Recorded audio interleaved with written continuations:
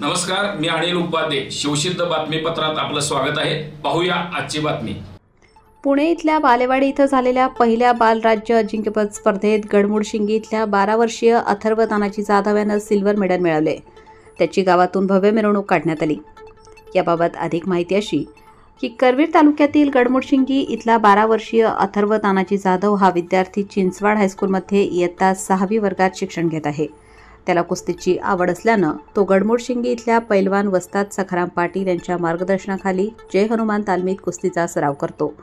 काही दिवसापूर्वी पुणे इथल्या बालेवाडी स्टेडियमवर राज्यातील पहिली बाल अजिंक्यपद स्पर्धा संपन्न झाली.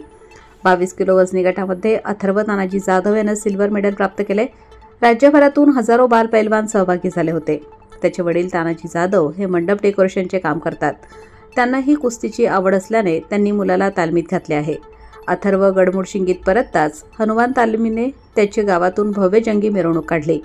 वस्ताद पैलवान सखाराम पाटील, मार्गदर्शक पैलवान कुंदन नागावे, सरपंच अश्विनी शिरगावे, अथर्वचे आई वडील, चुलते, नातेवाईक, जय हनुमान तालमीचे सर्व पैलवान, पालकवर्ग सहभागी होते.